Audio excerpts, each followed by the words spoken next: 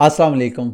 मेरा नाम कदस वाट। इस वीडियो में आपके साथ मैं क्रिप्टो मार्केट की लेटेस्ट न्यूज़, अपडेट्स और साथ अपना तजिया शेयर करता हूँ। हफ्ते का पहला दिन है, सोमवार है, और इस हफ्ते में डीफाई मार्केट में जो मेजर अपडेट्स होंगी उसके बारे में भी आपको गाइड करूँगा, और भी बहुत सी मालूमात हैं आपके साथ आज की वीडियो में शेयर करने के लिए। लेकिन वो भी सब कुछ आपके साथ बाद में। लेकिन मैंने क्रिप्टो 101 चैनल पे एप्टोस के इकोसिस्टम के ऊपर जो मुख्तलिफ टोकनलेस और टोकन वाले कुछ ऐसे प्रोटोकॉल्स प्रोजेक्ट्स, उनके बारे में एक डिटेल वीडियो मैंने बनाई है। क्यों बनाई है कि एप्टोस का सीज़न 2 एयर ड्रॉप उसका आगाज़ है, मार्केट में उसकी हाइप है। एप्टोस की टोटल 51% कम्युनिटी जो थी, जो टोकन थे वो उन्होंने कम्युनिटी के लिए रखे थे, उसमें से सिर्फ 4% सप्लाई उन्होंने एयर ड्रॉप की है, और उन्होंने कहा था कि हम मज़ीद कम्युनिटी ग्रोथ के लिए एयर ड्रॉप करेंगे। अब खबरें हैं कि वो मज़ीद एयर ड्रॉप करेंगे अगले साल में। तो अभी it is the best time कि अगर आप अपने आप को एप्टोस के इकोसिस्टम पे इंगेज करें। तो आप याद रखिएगा, एप्टोस ने जब अपना पहला एयर ड्रॉप किया था, उसकी एवरेज प्राइस अगर करंट प्राइस में देखा जाए तो $3,000-4,000 लोएस्ट प्राइस है। याद रखिएगा, ये लोएस्ट प्राइस है। अगर हम करंट प्राइस में देखें, $7-8 के ऊपर ये ऑलमोस्ट ट्रेड हो रही है। तो ये $3,000-4,000 वाली वर्थ वाले ये इसके टोकन एप्टोस के। अगर इसके प्रोटोकॉल के ऊपर आप अपने आप को इंगेज करते हैं इकोसिस्टम में, तो एन मुमकिन है कि ये सीज़न 2 में आपको एयर ड्रॉप क्लेम कर सकते हैं। अब आते हैं सबसे पहले जी मार्केट के किंग टोकन बिटकॉइन की तरफ। बिटकॉइन पे इस वक्त मैंने वीकली चार्ट ओपन किया था कि हम बिटकॉइन के प्राइस एक्शन के बारे में गेस कर सकें। ओबियसली प्राइस या तो नीचे जा सकती है या ऊपर जा सकती है। इन दोनों सिनेरियोस को डिस्कस करते हैं। क्रिप्टो मार्केट जैसे जैसे ईटीएफ की डेट के पास जाती जा रही है, तब तब बिटकॉइन की प्राइस और बिटकॉइन का फिर स्पिल ओवर होता है सारी मार्केट के ऊपर, प्रेशर बढ़ता जा रहा है। अगर हम ये वीकली चार्ट पिछले हफ्ते की कैंडल देखें तो वो रेड है। ये हफ्ते की जब मैं वीडियो रिकॉर्ड कर रहा हूँ तो इस हफ्ते का पहला दिन और आज की अभी भी जब मैं वीडियो रिकॉर्ड कर रहा हूँ, कैंडल रेड है। यहाँ पे मेरा मानना ये है कि बिटकॉइन की प्राइस को 40,000 पे ट्रेडर्स सपोर्ट करेंगे। अगर 40,000 की प्राइस सपोर्ट जो है ब्रेक हो जाती है, एंड मुमकिन है नेक्स्ट किसी नैरेटिव का वेट करें, उस नेक्स्ट किसी इवेंट नैरेटिव को 1-2-4 दिन भी लग सकते हैं, कुछ घंटे भी लग सकते हैं, और मुमकिन है 1-2 हफ्ता यानी ईटीएफ तक प्राइस जो है ऐसे ही थोड़ा थोड़ा स्लो मूव हो सकती है। लेकिन इन केस यहाँ पे सिनेरियो जिसके चांसेस मुझे कम लग रहे हैं, लेट्स टेक इट के ऑलमोस्ट 35% 40% चांसेस हैं कि ये 40,000 की प्राइस ब्रेक होगी, और उसके बाद जो नीचे सडन मुझे स्पाइक नज़र आ रही है वो यहाँ से नीचे कुछ कह रहे हैं कि 38,000 तक जाएगी। मेरा मानना यह है कि 38,000 को भी एन मुमकिन है यहाँ पे एक छोटी सी 38,000 पे जाके फिर दोबारा ये देखें 38,000 पे ट्रेडर्स प्रेडिक्ट कर रहे हैं कि यहाँ तक प्राइस जो है वो नीचे जा सकती है, 40 से प्राइस ब्रेक होकर 38 को। लेकिन 38 की बजाय मैं स्ट्रॉन्ग जो देख रहा हूँ, जो मेन चीज़ जहाँ पे ट्रेंड रिवर्सल हो सकता है वो है ये वाली रेंज, जो कि बनती है 32,500 से लेके तकरीबन 35,000। ये वाली रेंज अगर बिटकॉइन ब्रेक कर देता है तो बिटकॉइन का और क्रिप्टो मार्केट का ओवरऑल जो बुल ट्रेंड है वो दोबारा खतरे में हो सकता है, वो दोबारा रिवर्स हो सकता है, जिसके चांसेस 5 to 10% है। Again I am telling you, ये मेरी अंडरस्टैंडिंग है, गलत भी हो सकती है। मेरा मानना यह है कि यहां से बीटीसी की प्राइस नीचे अगर जाती है तो नीचे वाली जो ट्रेड होगी, नीचे वाला जो क्रैश होगा वो बड़ा शॉर्ट लिव्ड होगा। मतलब यहां से प्राइस अगर फॉर एनी रीजन प्राइस यहां से ब्रेक करती है 40,000 या 38,000 और नीचे अगर जाती है तो नीचे यकायक जाएगी और फिर उसके बाद पंप होएगी, क्योंकि नीचे से सेल ऑर्डर लगे होंगे। ये है एक सिनेरियो के मार्केट अगर नीचे जाती है तो किस तरह बिहेव कर सकती है। ये मेरी अंडरस्टैंडिंग है, गलत भी हो सकती है। लेकिन अगर प्राइस ऊपर जाती है, जिसके चांसेस भी ज़्यादा हैं, ओवरऑल सारी जो मार्केट में डेवलपमेंट्स वगैरह हो रही हैं, और दूसरा अगर ऊपर जाती है तो स्लो स्लो स्लो स्लो जाएगी, जैसे कि ये पिछले चंद दिनों से हो रहा है। प्राइस आहिस्ता आहिस्ता ऊपर जाती है, फिर 34 44 34 कह रहा 43 44,000 पे जाकर फिर दोबारा नीचे आ जाती है। तो एन मुमकिन है प्राइस ऊपर अगर जाए तो स्लो स्लो जाए, और अगर स्लो स्लो जाती है तो पहला टारगेट 47 48, फिर उसके बाद नेक्स्ट जो है वो ऑल टाइम हाई वाले जो प्रीवियस ऑल टाइम हाई है वो नेक्स्ट टारगेट हो सकते हैं। अब ये इट ऑल डिपेंड के अगले चंद दिनों में क्रिप्टो मार्केट में क्या क्या डेवलपमेंट्स होती हैं। लेकिन बिटकॉइन के ऊपर बहुत मेजर डेवलपमेंट हो रही है। सबसे पहले तो ट्रांजैक्शन फीस बिटकॉइन की इस वक्त अपने स्पाइक उसने बनाई है, अपने ईयरली हाई बनाई है। यानी बिटकॉइन के ऊपर जो ऑर्डिनल्स का फड्डा जो पड़ा हुआ है, जो पिछले वीक भी हमने अच्छा खासा डिस्कस किया, उसकी वजह से बिटकॉइन की जो ट्रांजैक्शन फीस है वो $38 पर ट्रांजैक्शन तक जा चुकी थी। अभी जब मैं वीडियो रिकॉर्ड कर रहा हूँ तो खैर ट्रांजैक्शन फीस थोड़ा कम हो गई है, इस वक्त तकरीबन $10-12 ऑन एवरेज जो है लगा लें कि $10-12 पे आ गई है। लेकिन बिटकॉइन पे ट्रांजैक्शन फीस बढ़ने की वजह से ट्रांजैक्शन का जो पेंडिंग लॉग है, जो ट्रांजैक्शन प्रोसेस नहीं हुई, वो बढ़ता जा रहा है, 2,94,000 है। और इस सिचुएशन में क्या होता है कि जब आप ये ट्रांजैक्शंस करते हैं, एक तो आप क्रिप्टो एक्सचेंजेस में करते हैं ना, मैं उसकी बात नहीं कर रहा, जो ऑन चेन ट्रांजैक्शंस करते हैं आप अपने वॉलेट्स के जरिए, उन वॉलेट में आप अपनी मर्जी की गैस फीस सेट करते हैं। अगर तो आप लोएस्ट गैस फीस करेंगे, लाइक बिटकॉइन पे अगर करंटली अगर आप ट्रांजैक्शन करते हैं तो आप जानबूझ के अपने वॉलेट में ट्रांजैक्शन फीस कम रखते हैं, मतलब करंट $10-12 है और आप उसको कम करके लाइक $2 करते हैं। तो ये जो माइनर्स हैं, या अगर प्रूफ ऑफ स्टेक है तो वहां पे वैलिडेटर्स हैं, वो क्या करेंगे, उन ट्रांजैक्शंस को पहले प्रोसेस करेंगे जिनकी फीस ज्यादा मिलेगी। और फीस पिछले मैं चंद दिनों से रिपोर्ट्स आ रही हैं कि माइनर्स जो हैं वो उनकी फीस जो है वो भी इस वक्त हाईएस्ट है, ईयरली हाई आप कह लें। और बल्कि मुझे चंद दिन पहले मैंने आपके साथ जब शेयर किया था कि बिटकॉइन के कोर डेवलपर जो है बिटकॉइन के ऊपर बिल्ड होने वाले ऑर्डिनल्स के अगेंस्ट हैं, तो मैं दूसरी साइड पे देख रहा था कि भाई जो माफ कीजिएगा जो डेवलपर हैं बिटकॉइन के, चंद एक की मैं बात कर रहा हूं, सबकी नहीं, वो तो ऑर्डिनल्स बिटकॉइन के ऊपर एक फाइनेंस जो पूरी एक इकोसिस्टम बिल्ड हो रहा है उसके अगेंस्ट है। What about the miners? Miner जो कि बिटकॉइन के नेटवर्क को सिक्योरिटी दे रहे हैं, उनको इस पे एतराज नहीं है, बल्कि वो इसके बेनिफिशियरी हैं। बिटकॉइन की ट्रांजैक्शंस, बिटकॉइन की चेन के ऊपर जब ऑर्डिनल्स की एक्टिविटीज होती हैं, उससे बिटकॉइन के ऊपर लोड पड़ता है, ट्रांजैक्शंस पेंडिंग होती हैं, और जो ट्रांजैक्शंस हैं उसकी हायर फीस रख के जानबूझ के, जिन्होंने अपनी ऑर्डिनल्स की इस तरह की प्रॉफिट टेकिंग करनी होती है, तो वो जानबूझ के ट्रांजैक्शन फीसें ज्यादा रखते हैं। जो एवरेज यूजर है उसकी ट्रांजैक्शन पेंडिंग चले जाती है, वो उनकी ट्रांजैक्शन कई कई दिन, याद रखिएगा सन 2017 में बिटकॉइन की ट्रांजैक्शन हफ्ता हफ्ता प्रोसेस नहीं होती थी। अब इनमें से इमेजिन करें कि $10-12 की ट्रांजैक्शन फीस है, जिस बंदे ने $1-2 ट्रांजैक्शन फीस सेट की है, तो उसकी कब बारी आएगी? जब तक प्राइस रेंज दोबारा नीचे नहीं आएगी। तो ऑर्डिनल्स को जो माइनर्स हैं, जो नेटवर्क को सपोर्ट करते हैं, वो उनको सपोर्ट कर रहे हैं, जबकि डेवलपर जो हैं, चंद एक डेवलपर वो इसके अगेंस्ट है। ये एक अजीब डायलेमा है, मेरी तो ये अंडरस्टैंडिंग से बाहर है। अगर आप लोग इस हवाले से कोई ओपिनियन अपनी शेयर करना चाहें तो आप मेरे साथ कर सकते हैं। अब आते हैं बिटकॉइन की मेजर जो डेवलपमेंट है इस हफ्ते की, जिसके ऊपर आपने नज़र रखनी है।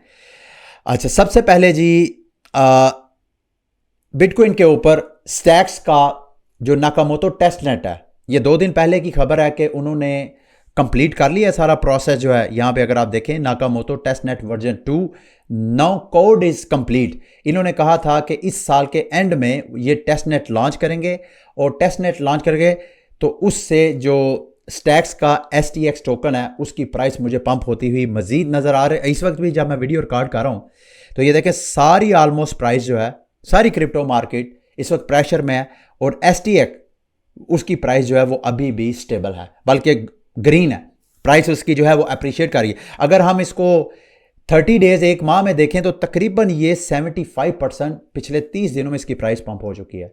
7 दिनों में 20% इसकी प्राइस पंप हो चुकी है।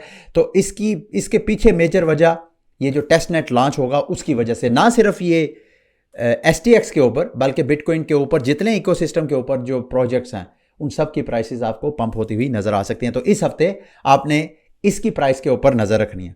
दूसरा, फ्रैक्स के हवाले से आज 18 दिसंबर है, 2 दिन बाद फ्रैक्स की अपनी चेन लॉन्च हो जानी है। तो इसमें साथ साथ ये भी खबरें हैं कि शायद वो अपना टोकन भी एयर ड्रॉप करे। ये देखिए, FXS की हाल्विंग होनी है 20 दिसंबर को, और फ्यूचर एयर ड्रॉप के हवाले से मार्केट में र्यूमर्स हैं।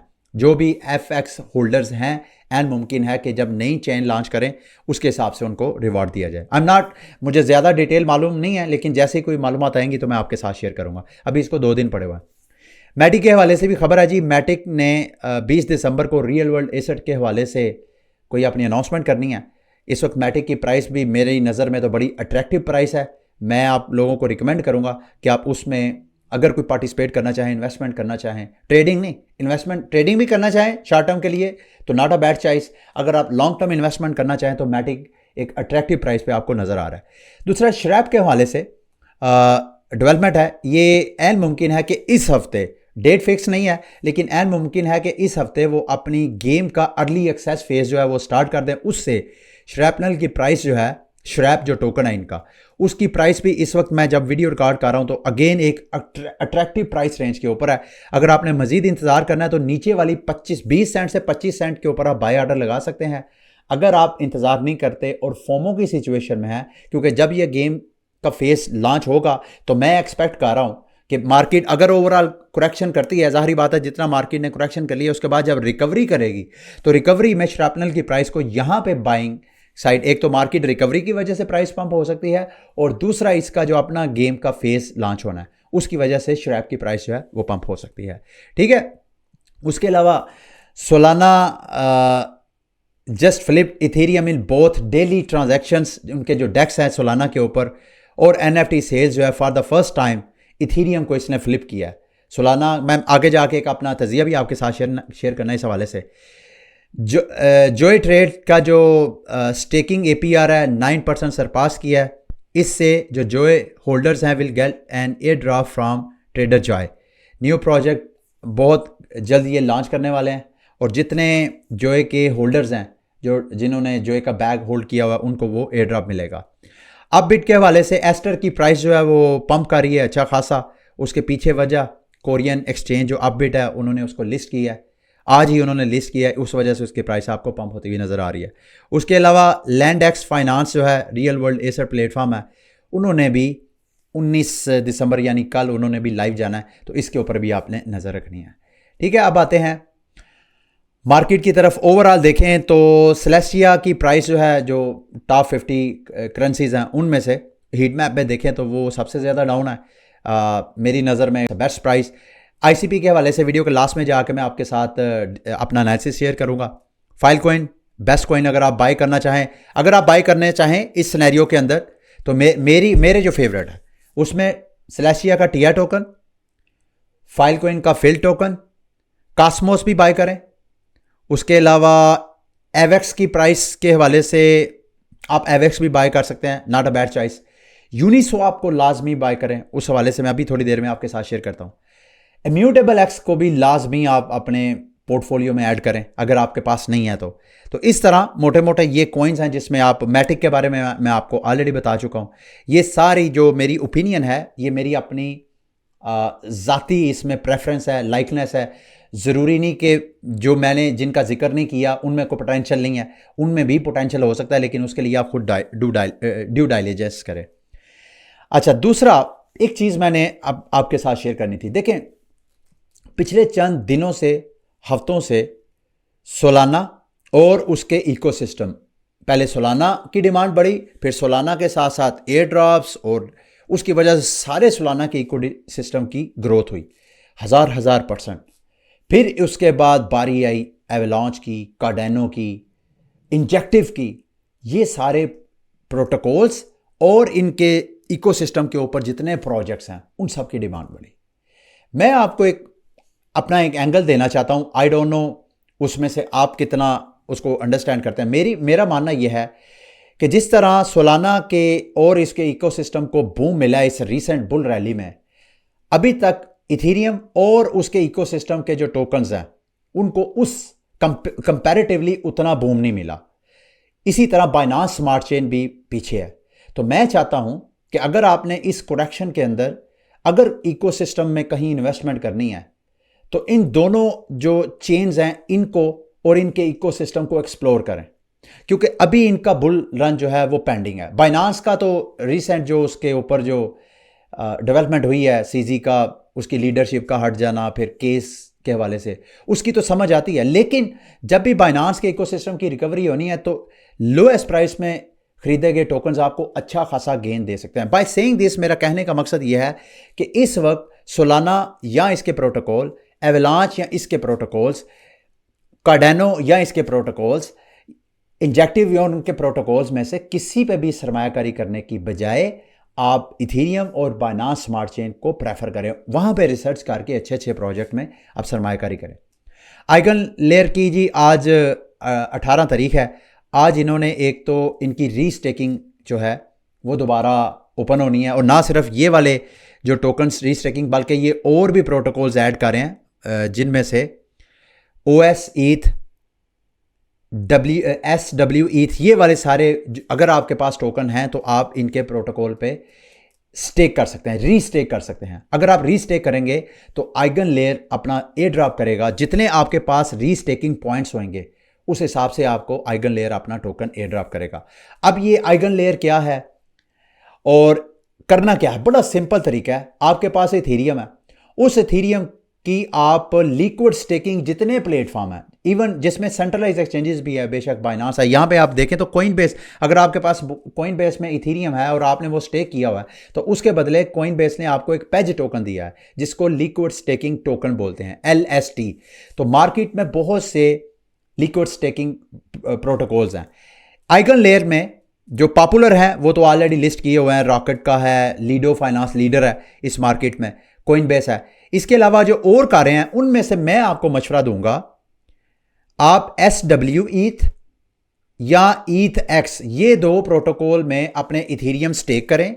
जब आप वहां पे स्टेक करेंगे तो वहां से आपको स्टेकिंग का रिवार्ड अलग मिलेगा, और उसके साथ साथ जो आपको पेज टोकन मिलेगा जो कि ETHX या SW ETH के नाम से हो सकता है, उसको आपने यहां पे आइगन लेयर पे आके स्टेक करना है, रीस्टेक करना है। यानी उधर से भी आपको स्टेकिंग का रिवार्ड और इधर से भी आपको रीस्टेकिंग का रिवार्ड और साथ साथ पॉइंट्स। ये दो धारी बल्कि तीन धारी तलवार है जिसको आप इस अपॉर्चुनिटी से आप फायदा उठा सकते हैं। ठीक है, तो इसको आप क्लोजली वॉच करिएगा। मेरा ख्याल है पाकिस्तानी टाइम रात 11 बजे के करीब ये ओपन होना है दोबारा। और याद रखिएगा लास्ट टाइम जब ये ओपन हुआ था तो मार्केट में इतनी इसकी हाइप थी कि विद इन फ्यू आवर्स इसकी जो स्टेकिंग की लिमिट थी, थ्रेशोल्ड था, वो सारा फिनिश हो गया था। तो अगर आपने इस अपॉर्चुनिटी से फ़ायदा उठाना है तो आपने इसको रात 11 बजे पाकिस्तानी टाइम के मुताबिक आपने इसको लाजमी फॉलो करना है।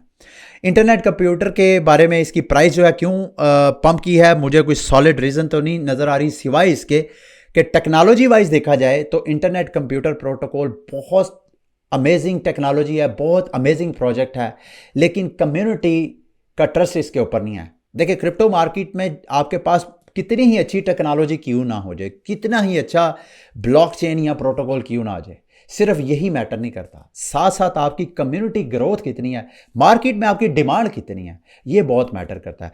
तो आईसी जो है, आईसीपी अपनी ये डिमांड खो चुका है। अगर आप देखें तो इनकी प्राइस जब स्टार्ट में हुआ था कोई $3000 से नीचे क्रैश होके ये $2.80 तक इसकी लोएस्ट प्राइस बनी है। तो अभी बहरहाल ये अगर आप टेक्निकली देखा जाए तो ये एक डिसेंडिंग प्राइस एक्शन पैटर्न एक बना हुआ था, उसको इसने ब्रेक किया। ये वीकली चार्ट के ऊपर मैं इसका जायजा ले रहा हूं, और उसके बाद जब प्राइस पंप हुई है तो पंप भी ऐसे हुई है कि ये वाला जो डिसेंडिंग एक पैटर्न बना था प्राइस एक्शन, इसको ब्रेक किया। मेरी नज़र में अगर आप आईसीपी के टोकन होल्डर हैं तो यहाँ पे मजीद बाइंग की तो मैं आपको कभी रिकमेंड नहीं करूँगा, लेकिन आपने यहाँ पे क्लोजली वॉच करना है। तकरीबन $8 $9 ही आप लगा लें, $9 की प्राइस अगर ब्रेक हो जाती है तो आईसीपी की प्राइस जो है फिर दोबारा नीचे विजिट करेगी, जो कि $7.34-35 की प्राइस बन सकती है। ठीक है, मार्केट की कुछ रैंडम न्यूज़ अपडेट्स की तरफ आते हैं। सोलाना का मोबाइल है, उसकी डिमांड इस वक्त मार्केट में इतनी बड़ी है कि मोबाइल की जेन्युइन प्राइस जो है तकरीबन $600 है, लेकिन आप ईबे के ऊपर इसकी प्राइस जो है $5000 की है। यानी लोग सोलाना की वेबसाइट से बाय कर रहे हैं। सोलाना सागा फ़ोन है, ये फ़ोन पहले इन्होंने स्टार्ट किया था और प्राइस ऑलमोस्ट मेरा ख्याल $1500 के करीब थी अगर मैं गलत नहीं हूँ, तो मार्केट में कोई ख़रीद ही नहीं रहा था। फिर वो प्राइस इन्होंने मेरा ख्याल 2 टाइम कम किया और अभी $600 इसकी प्राइस है। और $600 प्राइस अब लोग यहाँ से बाय करके तो ईबे पे सेल कर रहे हैं। क्यों कर रहे हैं? क्योंकि सोलाना का ये जो सागा फ़ोन है जिसके पास होगा उसको ये बॉन्ग टोकन जो है एयर ड्रॉप कर रहे हैं 30 मिलियन के करीब अगर मैं गलत नहीं हूँ। तो करीब करीब जितने का फ़ोन है उतने ही डॉलर के वर्थ के ये बॉन्ग टोकन जो है वो एयर ड्रॉप कर रहे हैं अपने बायर्स को। और भी जो सोलाना के इकोसिस्टम के ऊपर ऐसे कुछ प्रोटोकॉल्स हैं जो कि सागा सोलाना का जो सागा फ़ोन है उनके होल्डर्स को वो एयर ड्रॉप्स वगैरह कर रहे हैं, मुख्तलिफ किस्म के रिवॉर्ड दे रहे हैं। तो उन रिवॉर्ड्स की वजह से सोलाना के इस मोबाइल जिसको कोई पूछ नहीं रहा था उसकी प्राइस अच्छा खासा पंप हो रही है। अच्छा, ये एक बड़ा इंटरेस्टिंग प्रोटोकॉल है, मैंने सोचा मैं आपके साथ शेयर करूं। यहाँ पे NFT गिफ्ट एक्सचेंज है, यानी यहाँ पे आप प्रोहिबिशन और प्रूफ XY जी, फिलहाल इन दो जो NFT कलेक्शंस हैं उन्हीं के पूल है।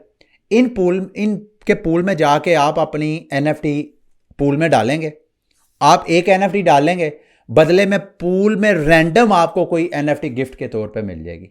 बड़ा इंटरेस्टिंग प्रोटोकॉल है। चूँकि क्रिसमस बिल्कुल पास है तो उस वजह से सारी दुनिया में इससे रेलिवेंट जो प्रोजेक्ट्स हैं वो भी आपको नज़र आ रहे हैं। तो इस हवाले से अगर आप कोई इंगेजमेंट करना चाहें तो इसका लिंक भी वीडियो के डिस्क्रिप्शन में मैं आपके साथ शेयर कर दूंगा। वैसे भी आपको यहाँ नज़र आ रहा है Santa.fm, आप उधर अपने ब्राउज़र पर सर्च कर सकते हैं। अच्छा जी, 2 दिन पहले की खबर है, मेजर NFT इंडाइसिस एक P2P NFT मार्केट प्लेस था, ट्रेडर के नाम से, NFT ट्रेडर के नाम पे, वो हैक हो गया था। उसमें जो योगा लैब्स के NFTs थे, मार्केट का सबसे अमीर जो NFT प्रोजेक्ट है Bored Ape Yacht Club, Mutant Ape Yacht Club, उनके NFTs को $3 मिलियन की वर्थ के NFT जो है किसी खातून ने हैक कर लिए, हैकर ने। उसके बाद आपको सिक्योरिटी फर्म साथ मिली है, बोरिंग सिक्योरिटी डाओ। इन्होंने उस हैकर के साथ कांटेक्ट किया है और हैकर का और इनका कांटेक्ट हुआ आपस में, और हैकर को इन्होंने बाउंटी ऑफर करवाई, तकरीबन अगर मैं गलत नहीं हूँ तो $2,60,000 पे करके उस खातून को। तो उससे इन्होंने अपने NFTs वगैरह वापस लिए हैं, जिससे मार्केट NFT मार्केट अब दोबारा थोड़ा सा स्टेबल हुई है। मार्केट में बहुत पैनिक था NFT मार्केट में, ठीक है।